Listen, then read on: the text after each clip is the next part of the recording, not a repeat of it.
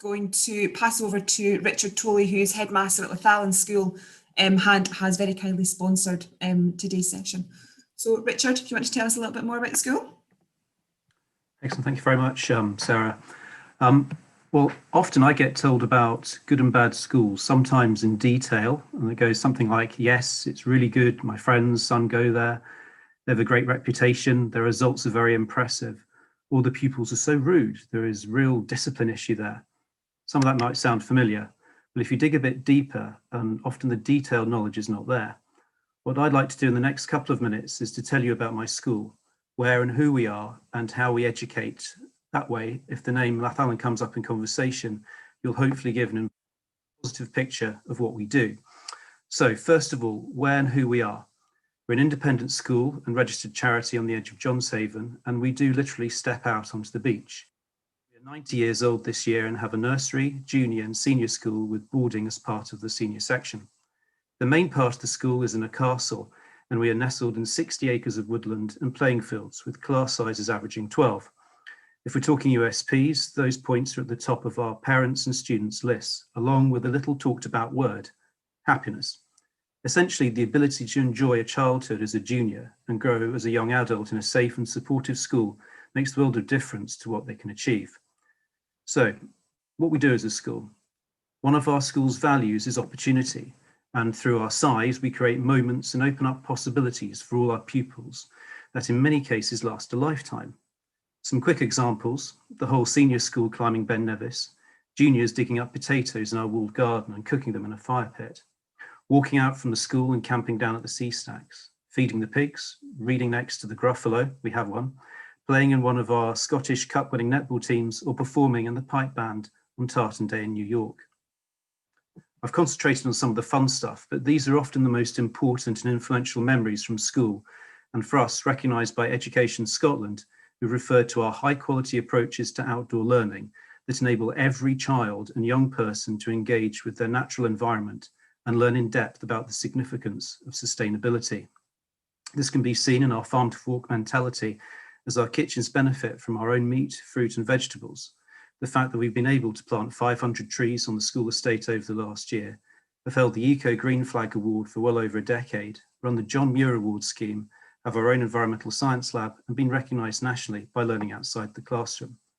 As an aside, we've had the highest national percentage completion rates for the Duke of Edinburgh over the last 4 years, have 10% of the senior school representing Scotland in a sporting capacity, with a further 10% regionally, as well as a 100% pass rate at higher and advanced higher in S6.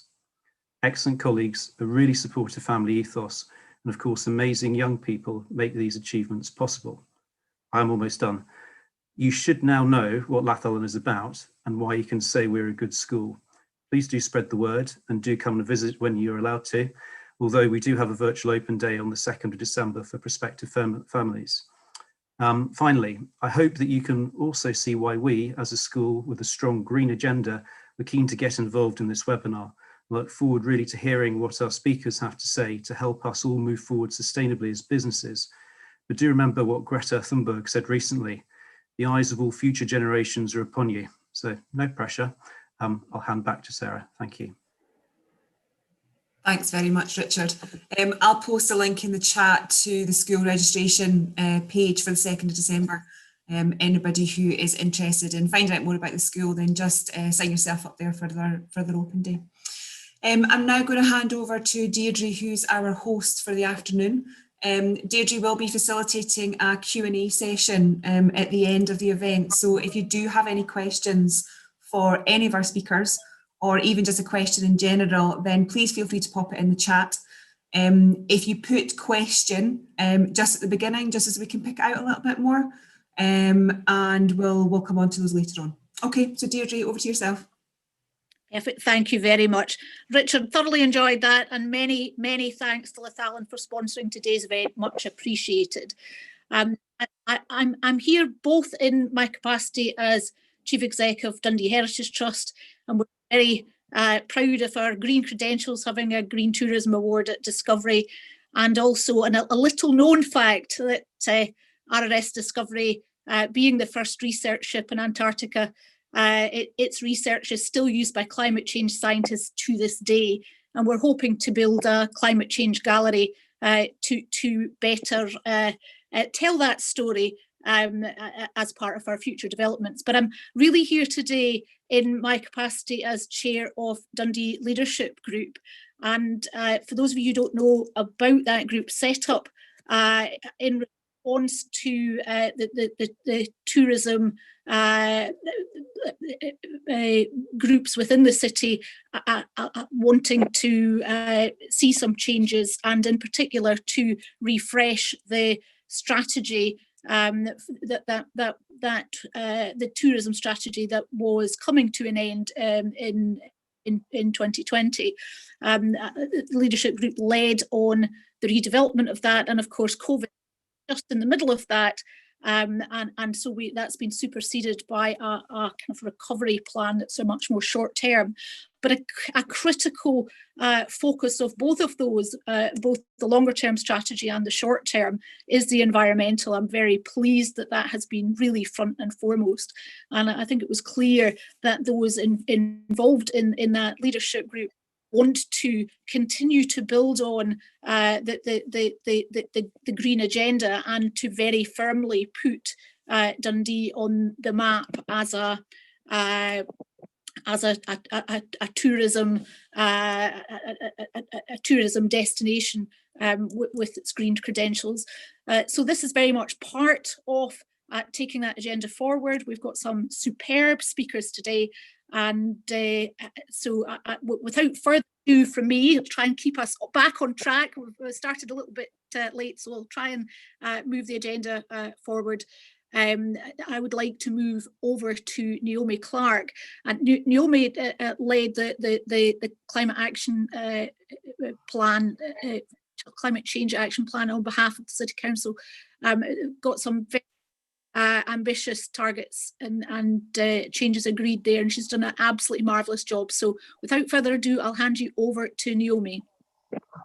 Brilliant, thanks very much, Deirdre. I'm just going to share my screen, hopefully successfully. Oh, right at the end, that's helpful. 1 second. Okay, thanks very much. Okay, so I'm Naomi Clarke. I'm the Sustainability and Climate Change Officer at Dundee City Council, and together with my manager, Brian Harris, we led on developing Dundee's Climate Action Plan, which was launched last December 2019. And I've put a link to the full plan because obviously this is a quick whistle-stop tour. I've put a link to the plan in the chat. So it all started back in March 2018 when the council signed the Global Covenant of Mayors for Climate and Energy. And this committed the Dundee Partnership to developing a climate action plan within 2 years to reduce citywide carbon emissions by 40% by 2030. But then in June 2019, as you're probably all aware, we declared a climate emergency, and a new target of net zero greenhouse gas emissions by 2045 or sooner was agreed, aligning with the Scottish Government's net zero target. And some of the original drivers for signing up to the Covenant were things like the Paris Agreement, tackling local fuel poverty, maximising economic opportunities such as circular economy, decarbonising energy, and building city resilience. So the first part of the plan was to carry out an emissions inventory. Obviously, we need to know where we are with carbon emissions. And 2005 was selected as the baseline year. And kind of following international patterns, over 70% of Dundee's emissions come from energy for heating and lighting. The council's properties only contribute 4% of total energy related emissions, and that's why this citywide approach is essential. The current planned projects will not mitigate to the extent required. We're going to have to come up with much more ambitious projects to guarantee that the targets will be met. And this is a problem that requires cross-sector citywide collaboration. So our first step in the collaboration process was to hold a workshop in August 2018. And this included 50 individuals from 20 different organisations. It was held at Discovery Point and included organisations such as the Chamber of Commerce, NHS Citywide, Zero Waste Scotland, and the universities. It also included members of our Sustainable Dundee Working Group, and that's made up of key resources from across the council. So it's a real partnership of public, private and community organisations. At that workshop, we envisioned what Dundee should look like by 2030, and then we worked back to develop short, medium and long-term actions to help us reach that.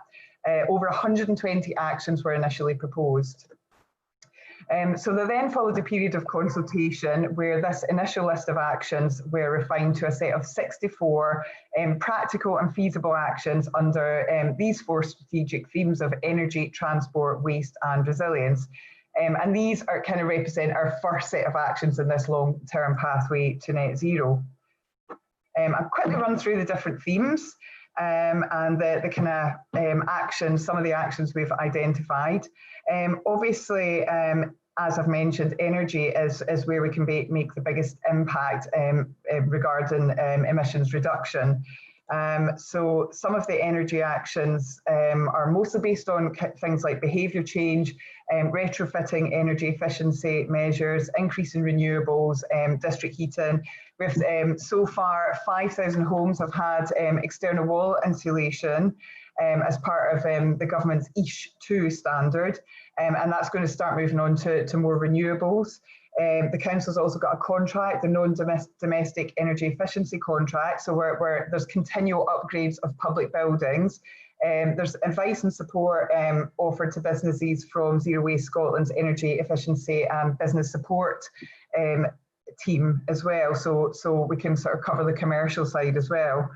But yeah, there's eventually we'll need to set up some kind of energy services company to sort of coordinate the planning and funding required for the larger scale renewables projects that will be required. Looking at transport, active travel is a priority of the National Transport Strategy's low carbon transport hierarchy, which is shown here. The council's cycling strategy, the new active travel hub that's started being developed at the waterfront, and the introduction of the e-bike hire scheme will help to encourage walking and cycling around the city and increase active travel. Dundee City Centre is going to become a low emission zone in 2021, hopefully, and that will help improve air quality, and that will be kind of linked to cleaner vehicles and again, more support for active travel. Dundee's well on track to become a model ultra low emissions vehicle city. So there's 192 electric vehicle charging points installed in Dundee, and we have over 100 EVs operational in the council fleet. And the infrastructure and fleet vehicles are increasing all the time. That's more than any other local authority in the UK. The new development at Michelin Scotland Innovation Park, which is a joint venture between Michelin, the Scottish Government, Dundee City Council and Scottish Enterprise, is going to help deliver Scotland's Centre for Sustainable Mobility and Low Carbon Energy. And that's been identified as a location to install hydrogen generation equipment and hydrogen refuelling station for 12 new hydrogen buses, which will be operational in Dundee within the next year. Moving on to waste. So obviously we want to move to a more circular economy in Dundee, but there's quite a lot of work to be done here. So the waste actions in the plan reflect the need for the wide-scale behaviour change required to stimulate the level of transformation to meet the municipal recycling target of 70% by 2025. That is quite a tall order. Our current recycling rate is 35%. That's really tricky in this city. There's particular challenges because there's a lot of multi-storey developments, which is similar to Glasgow's recycling rates, which also has similar issues. So waste education programmes are particularly important from that point of view. And then developing and implementing circular economy projects in education, that's been led by Circular Tayside, which Vasa will talk about. But we are supporting, the council are supporting that to try and raise awareness and encourage participation. And at the moment, things like the reuse hub, whole life costing of new developments, food recycling and the deposit return scheme are examples of a more circular economy in Dundee now or planned in the future, the near future. So when we talk about climate adaptation, we're also talking about climate resilience, ensuring communities, green networks and infrastructure are adaptable to a changing climate, and reducing risks and vulnerability to unavoidable impacts. Despite mitigation measures and all the good intentions of the plan, the climate is still going to change to a certain extent. And the Met Office climate predictions show that for Dundee, this will mean hotter, drier summers and milder, wetter winters. There'll be more more risk of coastal and surface water flooding, greater frequency and intensity of storms, and the heat island effect may become a problem during the summer. So as part of the Climate Action Plan, we conducted a risk and vulnerability assessment across these 10 sectors. This helped us identify impacts along with the risks and actions to mitigate or adapt to the changes. The main issues are the impact on infrastructure and services from flooding and extreme events, as well as the economic impacts on business and tourism due to disruption. There could also be supply chain issues during severe weather events, not just here, but globally, impacting on businesses and citizens locally. And over time, things like water scarcity, the heat island effect and public health could also be an issue. And as the Global Climate Change Commission says, adapting now is in our economic self-interest. It's typically much cheaper than recovery and rebuilding, as well as bringing multiple benefits to people and the economy. And one way to adapt and bring multiple benefits is the use of green and blue infrastructure across the city. And this is a way of using planting, green spaces and water bodies, including parks, allotments and cycle paths for stormwater management, reducing heat stress, increasing biodiversity, food production, better air quality, sustainable energy production, clean water and healthy soils. So increasing green infrastructure in Dundee is integral to the climate resilience strategy, but there's other actions in there as well regarding things like flood alleviation. I just wanted to make everyone aware, as we've got lots of businesses attending, Adaptation Scotland have developed a really useful guide for businesses on how to climate-proof your business. And it includes lots of case studies with practical examples of how businesses of all sizes and different sectors are responding to climate risks and identifying opportunities. And if you can find that by going to the Adaptation Scotland website. So that was a very quick whistle-stop tour of the plan and what's the next steps for the plan. So having identified these initial actions, we now need to work out how these actions are going to impact on reaching our net zero target, and this requires quite extensive modelling. So we're trialling an innovative new emissions modelling software from Climate View, which is a Swedish company. And this will make the plan, as well as kind of modelling the emissions and understanding how our actions are the carbon saving figures of the different actions. It also makes the plan a lot more interactive. So once we've got all of the data, all of the actions in the plan, then come sort of early 2021, everyone will be able to go and have a look at that and play around with the different scenarios themselves. And this just makes it a lot more, it allows people to participate a lot more rather than just having a document. I'm also we've just joined the Adaptation Scotland's benchmarking working group, and that's working with other local authorities to develop our adaptation capabilities across Scotland. Awareness raising is obviously key to keeping the momentum going, and we're planning a series of events leading up to COP26 and Earth Hour and the usual things that we try and participate in. Continued collaboration, absolutely key. And one thing we want to do is set up a kind of high-level climate leadership group in Dundee to help us come up with the more ambitious actions we need in the plan to help us meet those net zero target. And then funding, obviously, pretty important. So the Scottish Government's Green New Deal, the heat transition deal, should help us with low carbon energy in the city. and the council's also committed 83 million between 2020 and 2025 and 25 million for future sustainability projects. So that's it from me. Obviously, if you want any further details of the plan or you want to be involved, please get in touch. And you can also follow us on our Twitter page.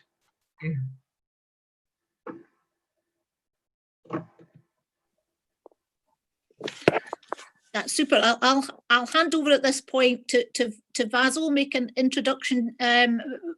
Vaso's from Circular Tayside, been in Dundee, been in that role for only a relatively short period of time, but already making a material impact. Once I've handed over to Vaso, if I ask the other speakers if they could just hand on to the next person on the agenda, just to save time. But I'll hand over to Vaso and look forward to hearing her presentation. Thank you, Deirdre. I think you were among the first people to speak with as soon as I came into position. And thank you, Naomi, for the introduction of Circular Tayside, but also for telling us the amazing work that you're doing in the council. It's really inspiring. From me, you will be hearing about Circular Tayside today. Let me find my presentation. There we go. Okay, and ideally from the beginning. So, my name is Vaso Makri. I manage the Circular Tayside project, and today I'm going to be presenting very briefly what we do in this project. First of all, let's start with who we are. We are funded by Zero Waste Scotland, that is an organization that exists to lead Scotland to use products and resources responsibly, focusing on where they can have the greatest impact on climate change. So Circular Tayside is basically a project that is funded by the European Regional Development Funds. The fund is administered by Zero Waste Scotland, and the Circular Tayside project is delivered by Dundee and Angus Chamber of Commerce and Perthshire Chamber of Commerce. The reason behind Circular Tayside is that in 2018, Zero Waste Scotland commissioned a report that showed that by adopting a circular economy, Tayside could achieve economic benefits of around £404 million.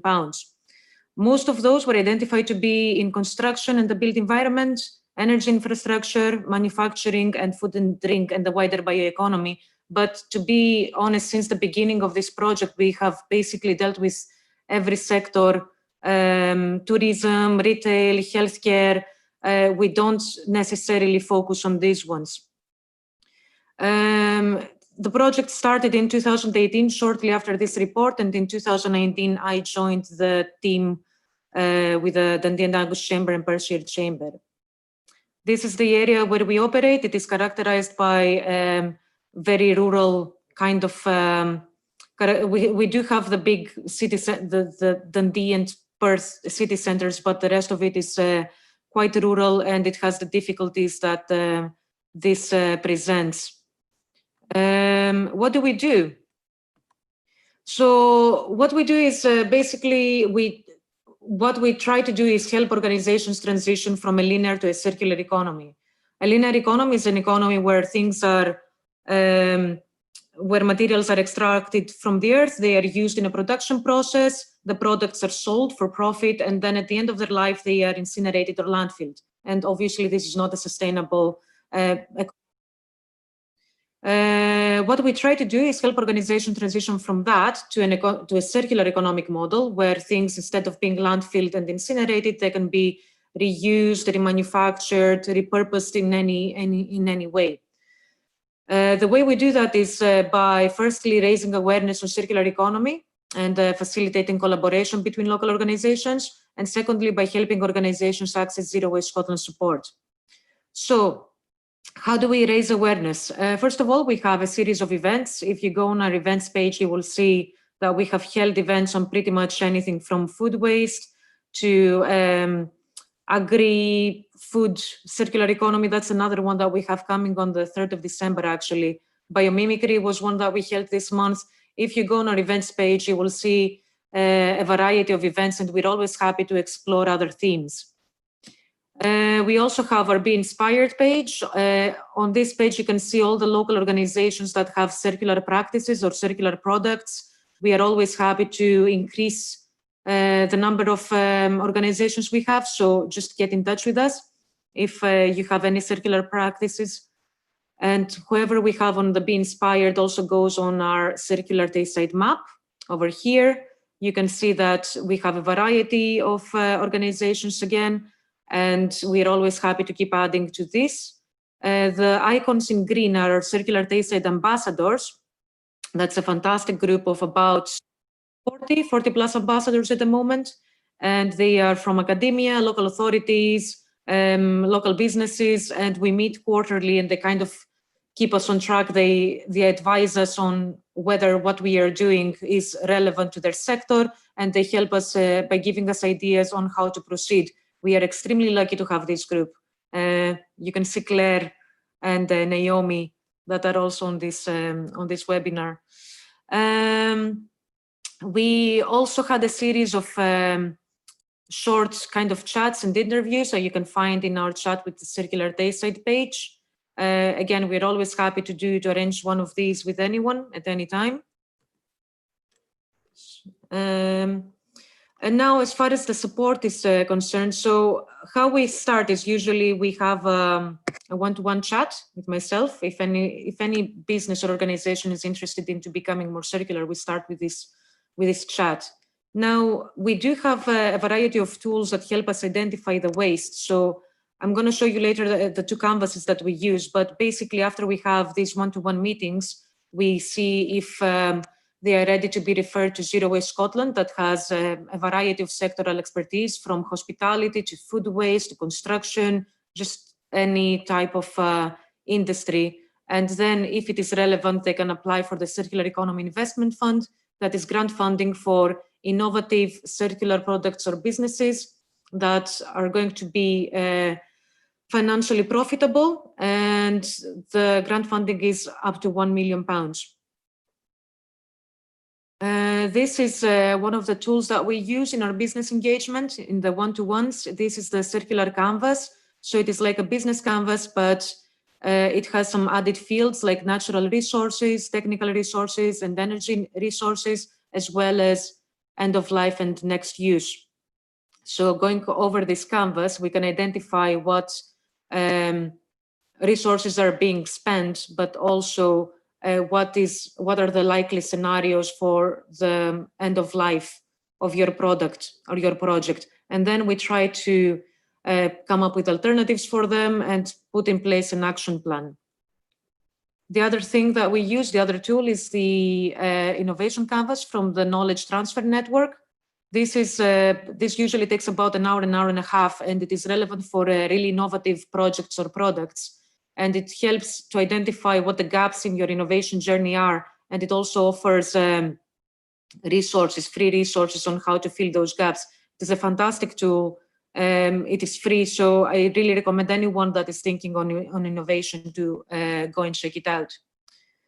And I think that this is the fastest presentation I've ever done, but this is basically what we do. Please get in touch if you have any ideas or you're considering anything having to do with waste and circularity. I'm just going to add my contact details in the chat just now. Thank you.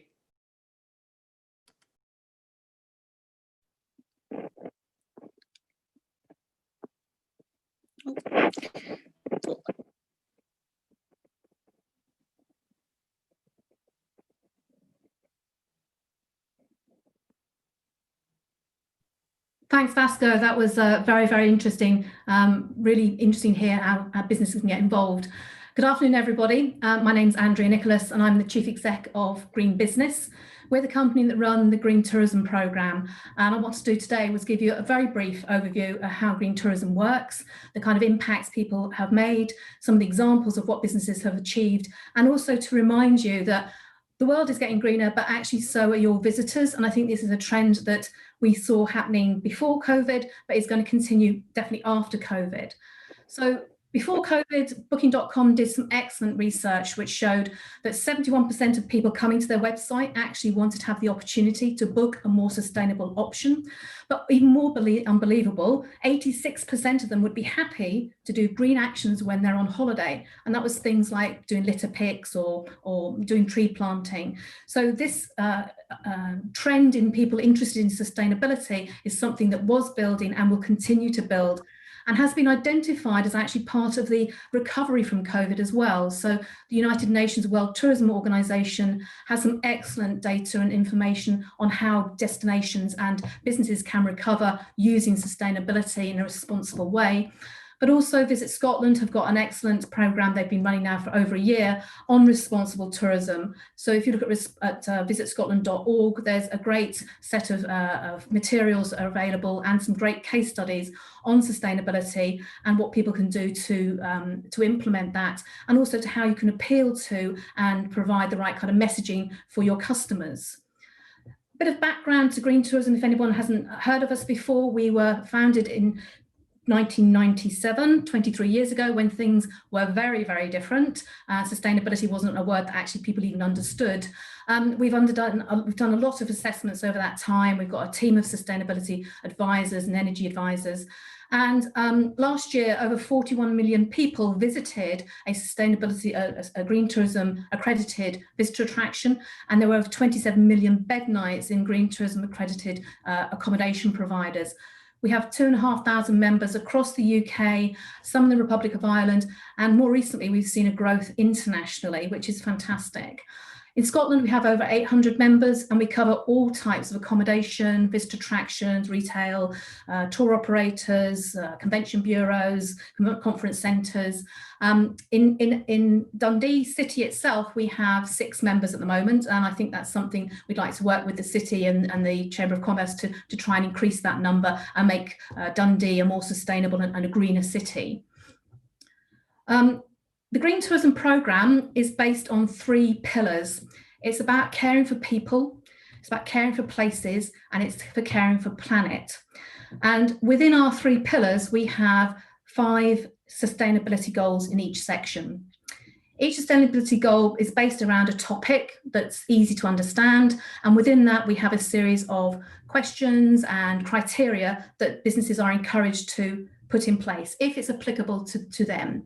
So within the people goal, it's all about how you communicate with your visitors or with your staff or your suppliers, how you raise awareness with those people, how you interact with the community and engage with local community groups on social or environmental projects, how you might introduce health and well-being, and that includes, we've recently been going through a process of updating our criteria to take account of the COVID situation. So obviously within that, health and being aware of regulations on health and well-being, but also helping your guests to relax and feel more in tune with nature, and equality and diversity, accepting that everybody is welcome to Scotland and to Dundee. The places side of things is very much about how you promote your destination, you explain to people how they can find about hidden gems or local heroes within destination, places maybe that other people haven't been able to discover, and giving people an authentic experience of your destination. So creating trails or creating itineraries that allow people to actually understand how people live in the area, the traditions, the storytelling, the culture in the area. Travel side of things is about low carbon travel, getting to the destination by public transport or using electric vehicles whilst they're in the destination. And food and drink, very much about the local food and drink, but also ethically sourced, and biodiversity, about creating habitats and encouraging conservation and promotion of the biodiversity to the visitors is a very important part of it. On the planet side of things, it's very much about resource efficiency. So it's around energy efficiency and saving water, which obviously all of those help save money as well. Reducing waste. We work on the principle of the waste hierarchy, so avoiding waste to begin with, but then moving on to reusing or recycling, and hopefully moving to net to landfill. A lot of our members work towards that. The carbon and climate change section is very much about obviously reducing carbon, using renewable energy, but also we have a section in there about resilience and adaptation to climate change and reduction of the use of chemicals, whether that's your cleaning products or washing products and things like that. So there's within that section, there's 70 different sets of criteria that businesses have to work towards. And this criteria is all now available through an online assessment tool called Green Check, which allows you to access your assessment process at any time, at any point. The information is stored on the tool, so you're able to get into that at any point and share it. But you can also see in real time. So as you're answering the questions and providing evidence and interacting with your assessor, the scores that are underneath each of those goals increases, and you get to a point where you understand that you're ready for your assessment, which would be for a bronze level, you have to score over 40% across the board. For silver, it's over 65%, and for gold, it's over 80%. And as you're working your way through the process, the score at the side tells you where you're at within that process. So that's how the assessment framework works. What I want to do now is just give you a little bit of an idea of the kind of things that some people have done. So this is an example of the National Marine Aquarium. They're based down in Plymouth, waterside visitor attraction, and they've done a massive amount in terms of reducing plastic use in particular. So they've got no single-use plastic in the shop. They've used dispensers for their sauces in the cafes. They're using cornstarch glasses, and they've really engaged with their visitors, and in particular with families. So they have a whole plastic pledge where they encourage people to go and collect plastic off the beach, or encourage them to understand the impact that plastic has within the marine environment. And a very excellent website that they've got information there. So if you're looking for examples, especially on the marine side of things, that's an excellent place to go and look. Nearer to home, the Royal Botanic Gardens in Edinburgh, they've got some fantastic initiatives. They've been part of green tourism for many years, and they've got some great eco technologies. So in building their new visitor centre, they've put in solar panels and heat pumps. They've got a whole range of EV charging points and built in a sedum roof within their new visitor attraction. But they're also doing massives with the local community. So they have this fantastic edible garden project where the locals can come in, and it's almost like having their own mini allotments within the botanics, and the botanical garden staff are teaching them how to grow their own vegetables and the benefits of eating organic and homegrown products. They also have a really excellent visitor charter, which is just down on the left there, which gives their guests some information on things they can do whilst they're on holiday to be greener, but also things that they can do when they go home to be greener. So it's that continual kind of education and encouragement and engagement with their customers that helps them feel better within themselves, but also helps their guests feel more better about visiting them. And my last example is Hickory, a contract catering company. Unfortunately, not had a great year, as you can imagine, with no events and no weddings. But last year they did over 300 events, and they've managed to massively reduce the amount of single-use plastics they're using, like the straws. They've put in water bottling systems, so they're no longer using bottled water. And they've got a great green wedding package they can offer, which has lots of local food. And as we all know, we're just coming up to the Christmas period, which we all hope we can share with families and friends. But they wanted to have a greener angle to their Christmas side of things, and they actually sourced plastic-free and recyclable crackers. So you can imagine in crackers you have lots of the little tiny throwaway little gifts that you get made of plastic. They actually found ones that were made of some nice little bits of wood that they could use like tree decorations. So they've done some massive amount of information, but actually one of the best things they've got out of being involved in green tourism is that they can identify over 750,000 additional income because of their green commitment, because of a lot of their corporate customers want to make sure that they're working with a sustainable and certified green accreditation business. So that's a very quick run through of green tourism. I hope you found it useful. Please get in touch if you want to find out more. Just the last slide is just a summary of some of the kind of things and the way you can get involved and work with us. We run a number of campaigns over the year. The most recent one we've done, which is the little pictures up in the top left-hand corner, is around a green sustainability, green staycation. I'll get my words straight. A green staycation, and this is about encouraging residents and locals to participate and support businesses within the destination. Even more important, since we've all now gone into tier 3, it's actually about getting people to come and book a spa in your hometown, or book a local overnight date night, or you know, use the local restaurants and encourage people to support businesses within the destination. We've got a lot of followers on Facebook and Twitter, and we share a lot of green stories on our Facebook and Twitter accounts. So if you want to find out what other people are doing and find out how they're engaging with the process and what they're benefiting and what their guests are saying about it, please follow us and keep an eye on that. That's something that's very interesting. And lastly, if you look at our website, we have a little green check quiz that we run. It's free. You can. It says 10 minutes. It doesn't take 10 minutes. It takes about 3 minutes. But it's all about just answering a few questions, and it gives at the end, gives you a bit of a score, and gives you an idea as to what kind of a score you could achieve. Obviously, it doesn't cover everything, but it gives you a little bit of an idea. So please have a look at that and get in touch if you want to find out anything more. Thank you very much. Oh, and I'm now going to pass on to an excellent speaker, Claire Cooper, from got a fantastic project, which is the Cateran Ecomuseum. So I'll pass on to you, Claire. Thank you. That was so interesting, and there's so much crossover with what we're trying to do. I'm going to try and share my screen now. You need to be up. So I'm going to try and show you a video at the end, all being well. Here we go. Claire, sorry, one thing, you're very, very quiet. I don't know if you've stepped away from your computer. No, I'm right up at the top. Can you hear me better now? Not really. Ah, that's weird. I am as close as I possibly can get. Any better? Anyone else having a problem hearing? Sarah, I can hear Claire okay. Can you? Yeah.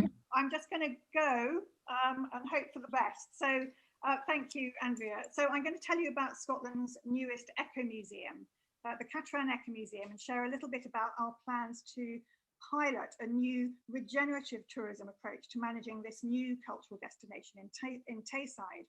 Now, an Ecomuseum is essentially a museum without walls. All its sites are outside, and our Ecomuseum, which is only the second in Scotland, is set across 1,000 square kilometres of the beautiful and dramatic landscapes of Eastern Perthshire and Western Angus, with a good chunk of it stretching up into the Cairngorms National Park, as you can see from this map. And it's worth noting that our southern edge is only about 13 miles from Dundee. Launched just a year ago, we aim to tell the story of this part of Tayside across 6,000 years of human history and 400 million years of geological history. And we have a veritable treasure trove of natural and cultural heritage to draw from. There are Pictish stones to excite your curiosity, unknown stories from the great legends of King Arthur and the Pan-Gallic hero Finn McCool, contemporary histories of the Scottish traveller community, important events linked to the great Jacobite rebellions, and fables of the Caterans themselves, the Highland clan warriors who came to be associated with cattle raiding in the 17th and 18th centuries. You can discover the history of Scotland's berry capital, Blairgowrie, and visit the site of its 12 Victorian textile mills, including one still standing that was the very first to spin jute, which must have had a huge impact on Dundee. You can walk a part of the Highland boundary fault in Ailith and enjoy its well-preserved old town centre, and a hike along the Cateran Trail, which is one of Scotland's great long-distance footpaths, offers you spectacular views through huge landscapes sculpted by glaciation and traversed by old drove roads and ancient rights of way. So originating in France in the 1970s, ecomuseums focus on the identity of a place, with the term eco being a shortened form for ecology. Still a relatively new concept. There are around 300 worldwide and only one other in Scotland on Skye. Set in specific landscapes, they're a unique combination of three things. First, an opportunity for local people to share the distinctive heritage of where they live in a way that's meaningful to them. A much more holistic nature and culture frame for the interpretation of heritage, quite different to the focus on specific items and objects performed by traditional building-based museums. and a focus for the development of what's being called regenerative tourism. And it's our plans to develop regenerative tourism that I'm going to outline now. So in a nutshell, regenerative tourism is about leaving things better.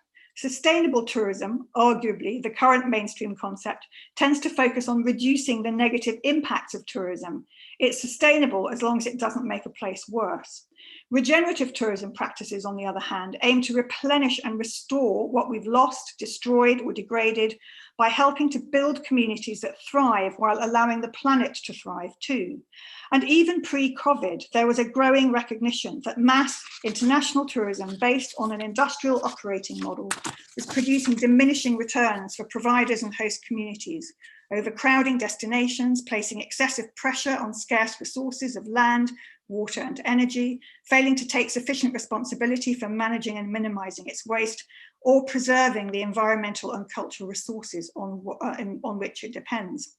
And COVID's impact has served to underline the fragility and lack of resilience of most tourism businesses and the economies of the communities which are dependent on it. And the context of not only COVID and likely future pandemics, but the even bigger crises of climate change and biodiversity loss as well, make it imperative that we develop a form of tourism that is more resilient, delivering tangible and equitable benefit to host communities whilst enabling the planet to flourish too. So we believe regenerative tourism offers this, and our aim is to pilot this approach in the Ecomuseum. But it's not an easy thing to do because it requires everyone to change their worldview. It means moving away from the current extractive worldview, only interested in consumer demand and how the tourism industry is contributing to GDP growth, to a whole systems view, which recognises that real value can only be created through thriving host communities operating in flourishing natural environments. The host ecosystem, if you like, both its human and biotic communities, need to be the focus, and it is only from that place-based level that regenerative tourism can be built. So since the first lockdown, we've been working hard to learn more about this approach and how the Ecomuseum could become a platform to help get it off the ground in Scotland. We've connected with Anna Pollock of Conscious Travel, who is, I would say, the world leader in this field, who amazingly already has a connection with Angus Tourism Cooperative. And with the added help and support of the University of the Highlands and Islands, our rural enterprise agency GrowBiz, Circular Tayside and Zero Waste Scotland, we've designed a pilot which would involve modelling a regenerative tourism destination from the ground up, actually working out how to transition from where we are now to where we want to be if we are to leave things better. And we've got key local anchor organisations on board ready to help galvanise engagement from community and tourism stakeholders across the 1,000 square kilometres of our host ecosystem. So designed in 3 phases, the pilot would bring everyone involved in the visitor economy in our host ecosystem together and introduce them to the concept, how it differs or is aligned from existing green sustainable tourism practices, and how it is already being put into beneficial practices elsewhere in the world. The city of Flanders, for example, is one very high profile place that's already doing it. We'd offer opportunities to reflect on the hard realities of putting this approach into practice across our host ecosystem and hear how others already on this road are managing to essentially redesign the plane whilst flying it. And then we'd get everyone to roll their sleeves up and collectively redesign the entire tourism value chain to model regenerative practices, from how the invitation to visit was framed and communicated, to travel choices, to the kinds of accommodation on offer, and most importantly, the kinds of regenerative experiences on offer. And behind all of that, we would need to build new business models that embody regenerative tourism values. And that's the bit where Circular Tayside and Zero Waste Scotland are hopefully going to come in and help us. So our pilot is ambitious and inspiring, and we can't wait to get started, but it has to be said that despite much agreement in the value of this direction of travel, we currently can't find anyone in the entire tourism infrastructure of Scotland to support us. And it's worth noting that as a startup with no paid staff, everything we do has to be fundraised for, and there's a lot of sweat equity needed to research, develop and attract support for innovation, as many of you involved in that will know. So as we battle on trying to finance our pilot, we're also fundraising as hard as we can to grow the regenerative experiences that the Ecomuseum itself has to offer. As of this morning, thanks to the Cairngorms National Park, we've almost raised the full £82,000 budget we wanted for a major active travel for leisure initiative, which will add 9 new cycling and walking itineraries to the 14 that we already have, including 3 new bikepacking routes, which will be designed by Bikepacking Scotland's Marcus Stitz. And we're going to be promoting the Ecomuseum as one of Scotland's best car-free holiday destinations. And part of the work for this initiative, called Travel for All Our Tomorrows, will make it easy for people to understand how they can arrive in the Ecomuseum car-free via public transport and cycle taxis. So it was great to hear what Dundee was up to, as well as how they can enjoy the Ecomuseum by walking and cycling once they get here. We're very excited to see that Ember, for example, are now offering an electric bus between Edinburgh and Dundee. And we'd love to talk to anyone in Dundee who wants to kind of work with us on this whole active travel approach. So we're also looking at developing a range of voluntourism experiences. Andrew was commenting on this, which will involve citizen science projects, archaeological digs, and habitat preservation and restoration of all kinds.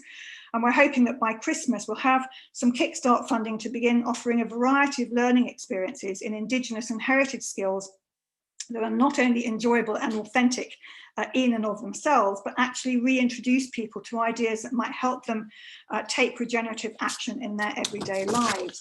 There are numerous examples from our past about how we designed out waste and pollution, kept products and materials in use, and regenerated our natural systems. Indeed, the whole concept of the circular economy goes back to at least the Bronze Age. And again, fundraising success permitting, we'll be continuing our commitment to commission local contemporary artists to create extraordinary and inspiring outdoor events that reconnect us to the people, places and landscapes of this very beautiful part of Tayside in ways that restore and revitalise our souls in these frightening and uncertain times. And I want to end by showing you a short film of one outdoor installation we commissioned last November from the DJ CAD alumni Martin McGuinness, whose work in Dundee underneath the Tay Bridge and most recently in Cardine Street, all of you Dundonians will be familiar with already. And I think it totally exemplifies that power. And I'm going to stop sharing this screen and click out of that. And then I'm going to there, and I'm going to go back into share screen and hopefully it's going to work.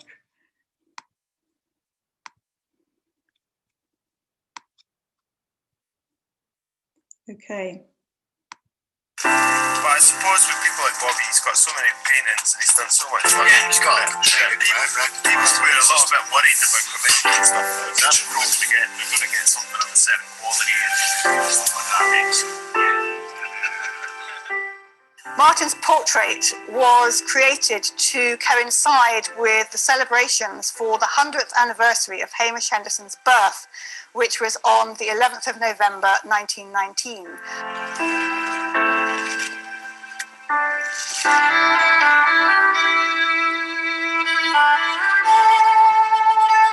It's a temporary installation, so it will last. It's been made over the course of 4 weeks and it will be in place for 4 weeks.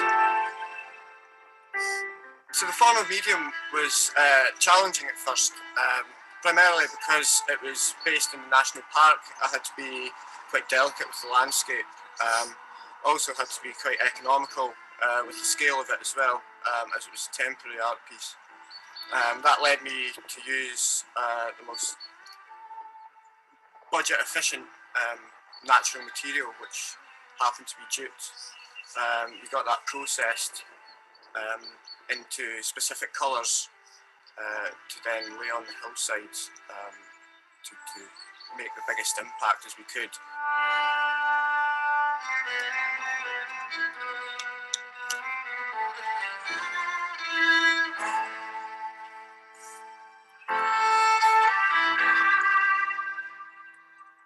We're using over 5,000 pins, steel pins, to fix it to the hillside.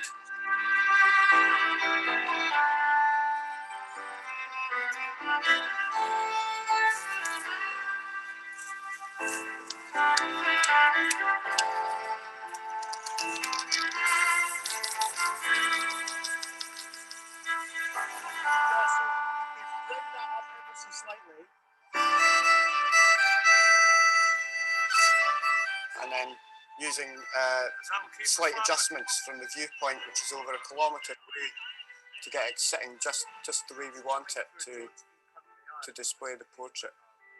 So just where you are now, if you can pull that edge out to your out a little bit, yeah, that would be good.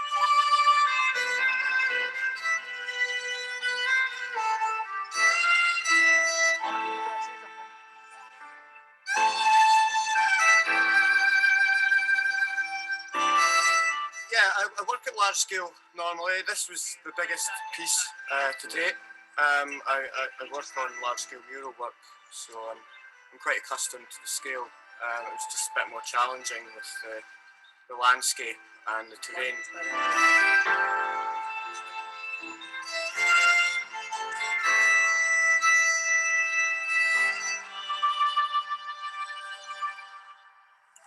So the temporary nature of it was always part of it, and because I've been a mural artist and worked a lot in the street, I've grown to be less precious with my art over time, which made it that little bit easier. However difficult it was to take down, it was one of these things that had to be done, unfortunately. However, I would have liked it to stay for much longer.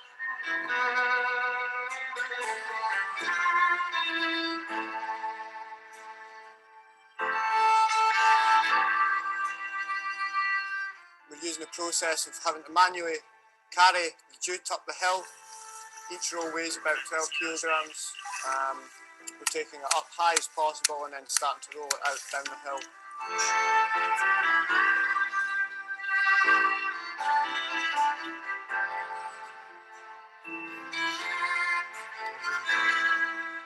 It was also an absolutely fantastic portrait.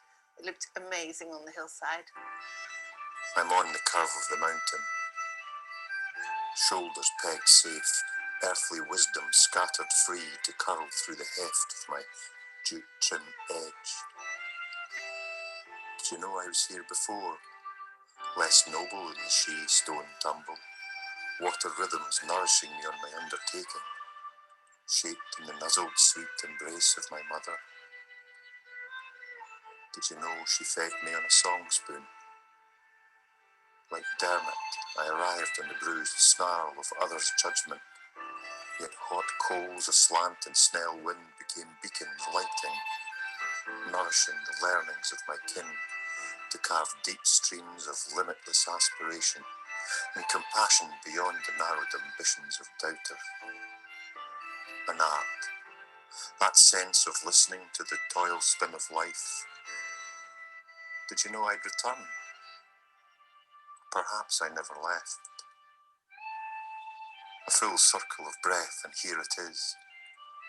A message whispered into the bend of grass, a prayer seeping hope, mystery, and a dram of kinship. Will you bide with me a while? Feed me a song.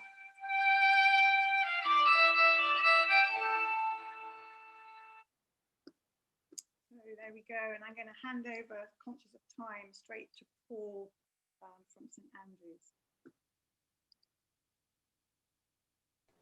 I'm just going to share my screen now, just quickly. Make sure I get the right one. Everybody see that okay? Excellent. So I sit somewhere else on the spectrum here in a hotel. So I'm Paul Hutchison, Facilities Manager at the Fairmont Hotel St Andrews.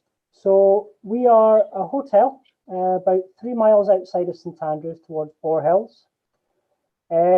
Sits on a 520-acre site. It's got 2 golf courses, a lot of green spaces, spa, conference facilities. Very big, busy hotel.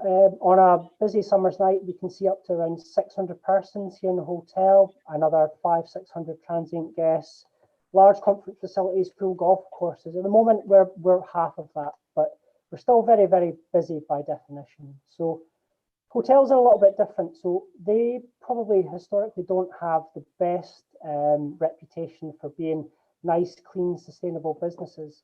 But there's been a bit of a culture shift over the last few years, especially within the brand that we sit in, Accor.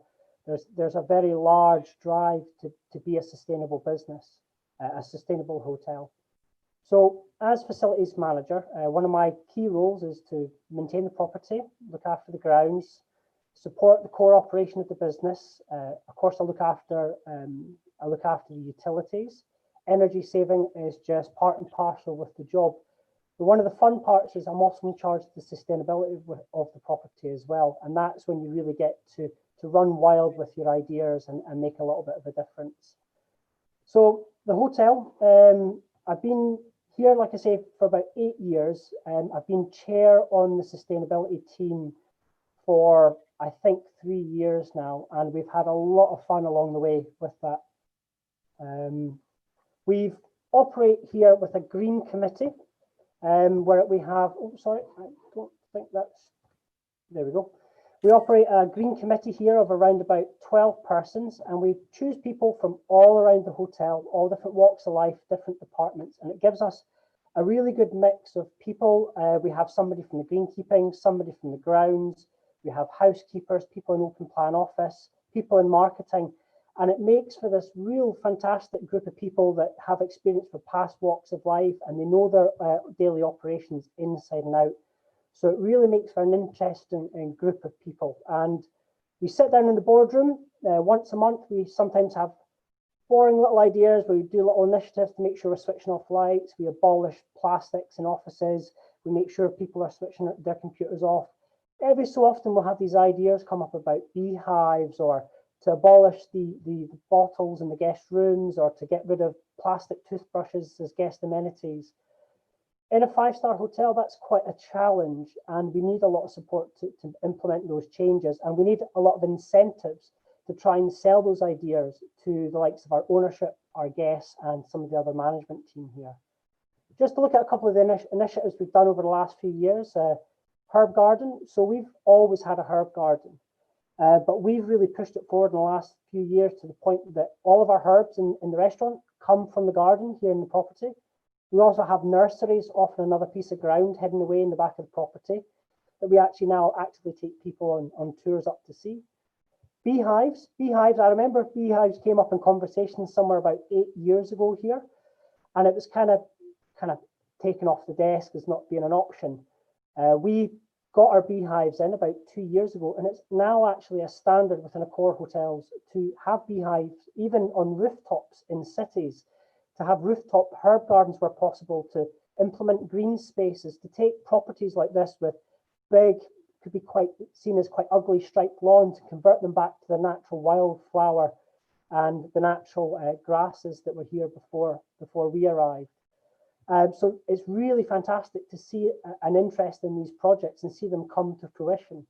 And these people have been doing some of these things in the background all along unbeknown, and it's really nice to see them getting embraced and driven forward. Beach cleanups is another one. It's something that when I started here was already happening in the background, and it's something that I really enjoy. So when I took on the green team as chair, we kept that alive. We enjoy going down to Boar Hills. We do it down here just in front of the hotel. I'm actually just recently back from Shetland on my holidays. I have a very interesting version of a holiday, doing environmental impact assessment on the beaches of Shetland for 2 weeks. Partner as a marine biologist, who went off in our truck together and we went up to Shetland. It was a John Muir project that we did with Sea Changers as sponsorship. So I think that's kind of gives you an idea of, we have people in the green team that have been involved in fun little projects, have gained some recognition here in the hotel, and they've gone off and started their own little projects in their spare time, and it makes it so engaging and so much fun. So of course we care for the coastal path, because the coastal path skirts the perimeter of our property. It's something we look after. We made a full switch over on our golf courses. They're not fantastic golf courses for looking after the environment. We switched over to full natural kelp-based fertilizers. We finished off that change through lockdown when we had the opportunity to make some differences in the property when we didn't have guests here. So it was a good opportunity to make the last couple of changes we've been looking to do. And of course, the courses, their irrigation is fed from the wastewater from the hotel. Lots of fantastic infrastructure in the hotel already. Just looking at some of the waste, we've been zero waste to landfill for, I think, over 5 years now. That is part and thanks to the good contractors that we use to help us with our waste streams. And of course, we have to go a little bit off-piste and find bespoke waste services for products that we can't necessarily eliminate being a 5-star hotel. There's certain standards we have to meet. So single-use plastics, we've had to abolish them. That's now a corporate standard. Fantastic to see. We were a couple of years ahead of curve, but now all of our hotel chain has to remove them. It's great to see that. Soap recycling was quite difficult. We, as a hotel, 5-star, we have to have guest amenities in the room when you arrive, and they're very difficult to process.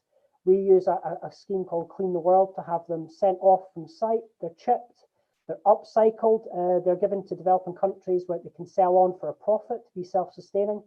The bottles are actually reused as medicine bottles. So it's really nice to see a full upcycling rather than a recycling, because the processing can be just as harmful. So things like that, looking at our waste engine oils, recycling our cooking oils, we're very, very careful with every single step of the process. Our sustainability platform that we use records everything to the nth degree. So it's really good that we have every single waste stream accounted for. One of the fun things that we did, it was a bit of a boardroom brainstorm idea that came to fruition as we partnered with Scottish Water to do the top up from tap. As standard, again, you check into a hotel, there's 2 lovely big bottles of water for you when you arrive. You'll crack them open, have half a glass, the rest goes to waste, goes down the sink.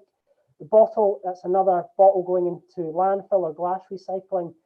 We were a little bit brave there and we had to fight back, and we made the argument that the water we have here, and we ran all the appropriate tests, the water we have here in Scotland is so pure and so fantastic. It's no different than the bottled water that we're buying in by the crate load.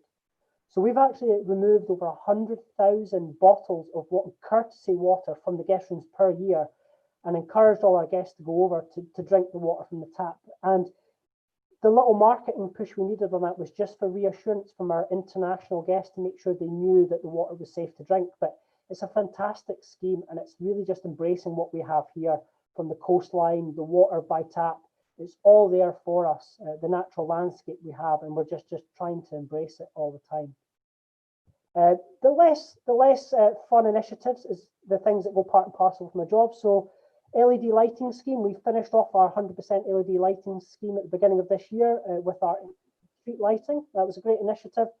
Massive financial savings, massive savings on waste from bulbs, and a massive difference in the environmental impact for the light pollution cast over the town. We have to just be very considerate of where we sit on the landscape, and we have to think about, the construction of the property some 20 years ago. That was some of the concerns. So we'll always factor those in with our decision making through all of our projects. Another thing to look at is we retrofitted the hotel with a combined heat and power unit some years ago. We've recently just had a new unit installed a couple of years ago.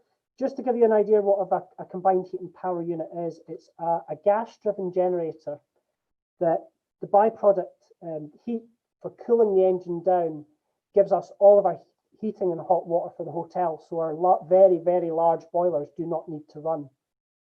And it has an electricity generator on board, and about 80% of our electricity now is generated fully from the combined heat and power unit.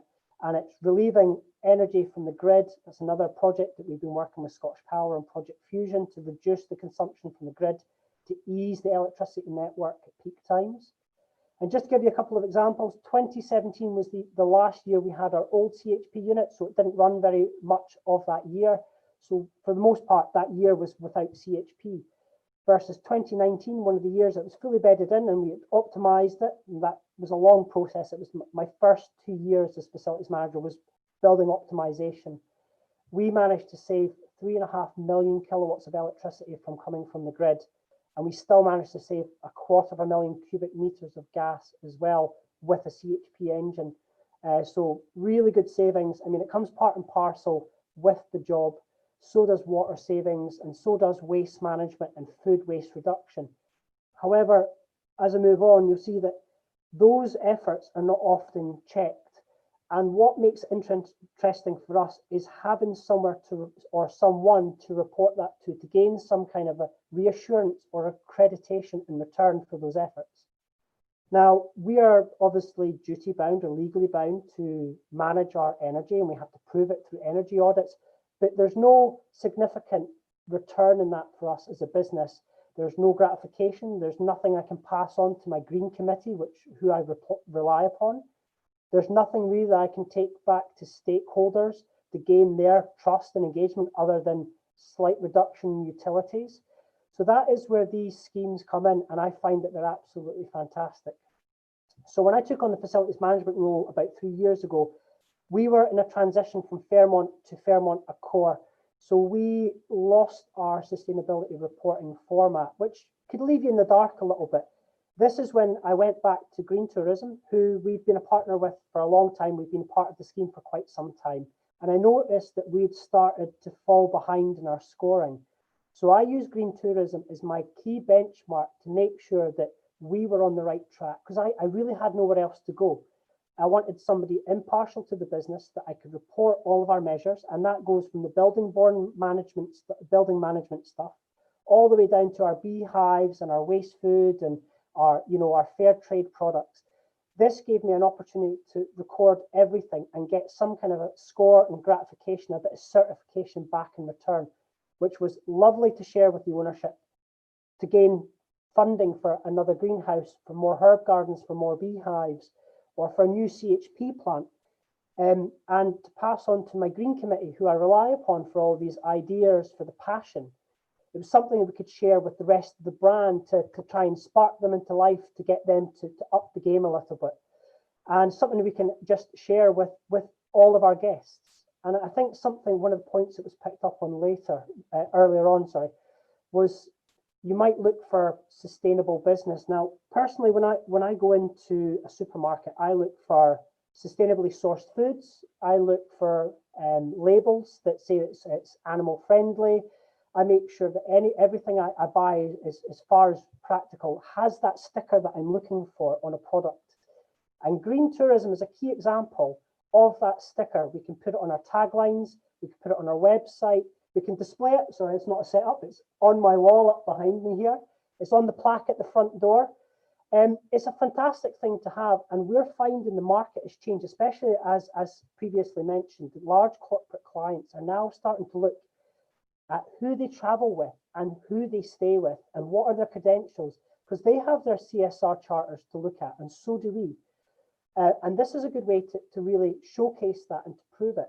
Something tucked away in a trophy cabinet up in the lobby isn't really going to go very far, but having accreditation that you can carry with you year after year that's constantly reviewed, that is true, that is real. And we're starting to see the impact now on the individuals, which was a new thing. And yes, we are seeing guests starting to want to join in on our beach cleanups. They're coming out and doing coastal walk tours. They're coming out, instead of us just having 3 SSSIs hidden away on site, we embrace them and we show these to our guests, and we better preserve those now than ever before when this is just agricultural land. So we're really starting to embrace our landscape. The Year of Coastal Waters is obviously, there's a big driver for that reason, but with COVID, it's really reinforced where we were headed before, embracing the coastline, natural, local produce, and just the environment directly around the hotel. And this has been one of the things that's helped build upon that and really get the word out there. Of course, there's been other side effects. This is spun off for other awards that we've gained. Again, it keeps the interest here on site. It keeps interest with our ownership and with the local community, which is very, very important to us. Some of our contractors have won awards based on what we've been doing here, because it's pushed them to start using local paint suppliers rather than big faceless corporations.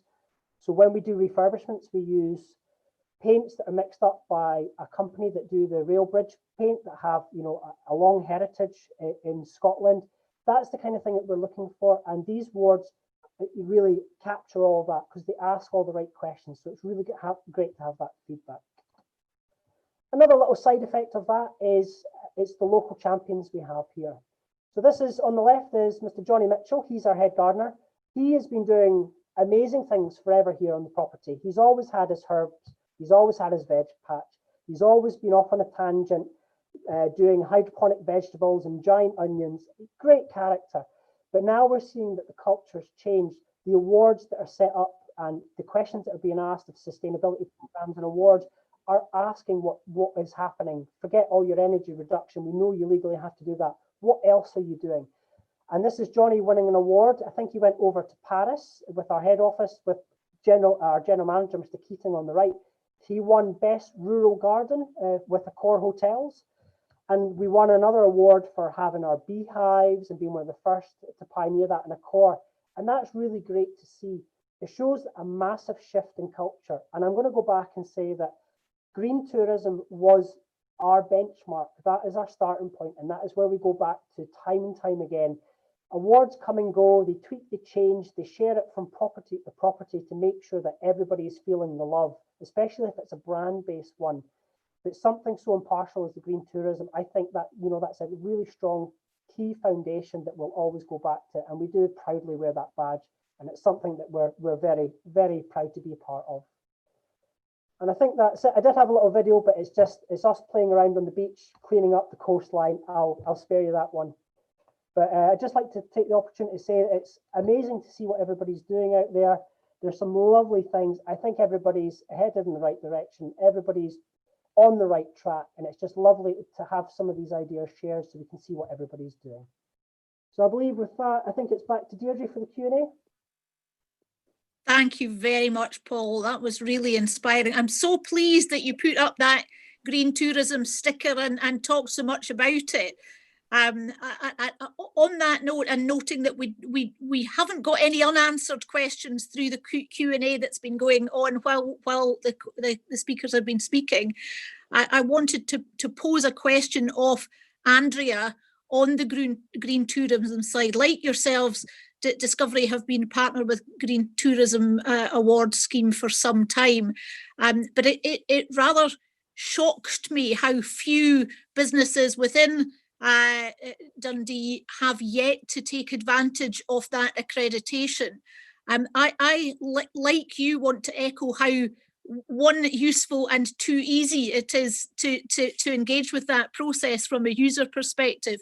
But Andrea, I wonder if you could perhaps talk those who have not had the experience of engaging with you on that accreditation through the practicalities, and tell them how they might get the accreditation themselves, because I think it would be an ambition strategically for the city to have many more. I'd like to see that 6 with a 0 on it. But over to you, Andrea. Okay, thanks very much. And thanks for that, Paul. That was an amazing talk and very inspirational. I'd like to say all our members do as much as you're doing, but that's not the case at all. And that's the thing, actually, is there's lots of ways of engaging with the green tourism. You don't have to be doing as much as what they're doing at St Andrews. It's actually more around what we're doing, practical things that you're doing, sensible things that just to save money, and engaging with those sort of like quick wins right from the beginning, identifying where you're maybe losing a lot of money or you're wasting a lot of things, and getting your staff engaged and thinking through a very simple, practical checklist. Now we can provide you with that checklist. You can, like I say, if you go to our website, you can look at the little quiz that we've got, which gives you an idea of the kind of things that we're looking for. But it's not rocket science. I mean, it is very much about practical, sensible things.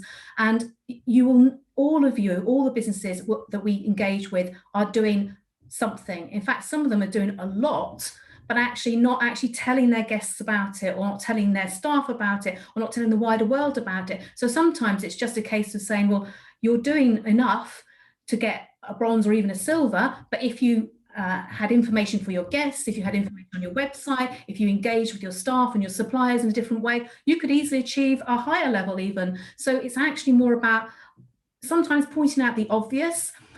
Sometimes it's actually just giving you a little bit of an idea as to things you hadn't thought about that are actually quite sensible. And like I say, we've done thousands and thousands of assessments. So we've got lots and lots of examples of what other businesses have done. So try the quiz on the website, go and meet Paul, go and grab him for a coffee and pin him down. You'll be there all afternoon. I'll pay, it's fine. Talk to other businesses that are out there. Come and talk to us. If you're a particular type of business and you want to find out what's relevant to you, we can put you in touch with other businesses in other parts of Scotland or other parts of the UK that can give you ideas.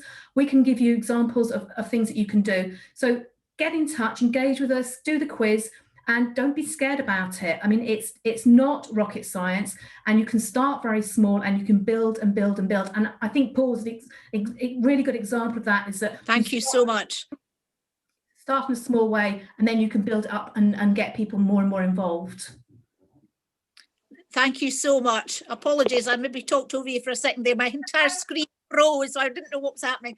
Apologies. That was wonderful, Andrea. Thank you so much. And I would just to reiterate, it is incredibly easy. It is very, very user-friendly process. And I think the key thing Andrea said there that I would like colleagues who are thinking about this to recognise is that most of you are probably at the stage of being able to, at the very least, achieve the bronze level of accreditation, if not higher than that, with the stuff that you're already doing. So it's about how you gain the recognition for that. And I think it's very clear from all our speakers today that there is commercial advantage as well as the environmental advantage in terms of how the green market is growing. We're very nearly at the end of today's session. We haven't got any more questions in. So I think I would just like to end today's session by firstly thanking the organisers and Sarah in particular for all the preparation and making sure we were all had our slides all working and what have you in advance. A lot of work goes into preparing these things, and I think that the range of speakers we've had has been really very inspiring. And I'd like to thank all of our speakers, Claire, Paul, incredibly interesting case studies that you've given us, looking through the questions and answers, wow and inspiring kept coming up from people who were chatting. So that was incredibly uplifting to hear, and I particularly like to see the jute artwork on given that Verdant have got Scotland's Jute Museum, so I was particularly thrilled to see Martin's work there. But no, everything really inspiring. Thank you very much indeed for everyone who participated, and hopefully if we do this again this time next year, we will have materially more people with the Green Accreditation Award. So thank you very much indeed.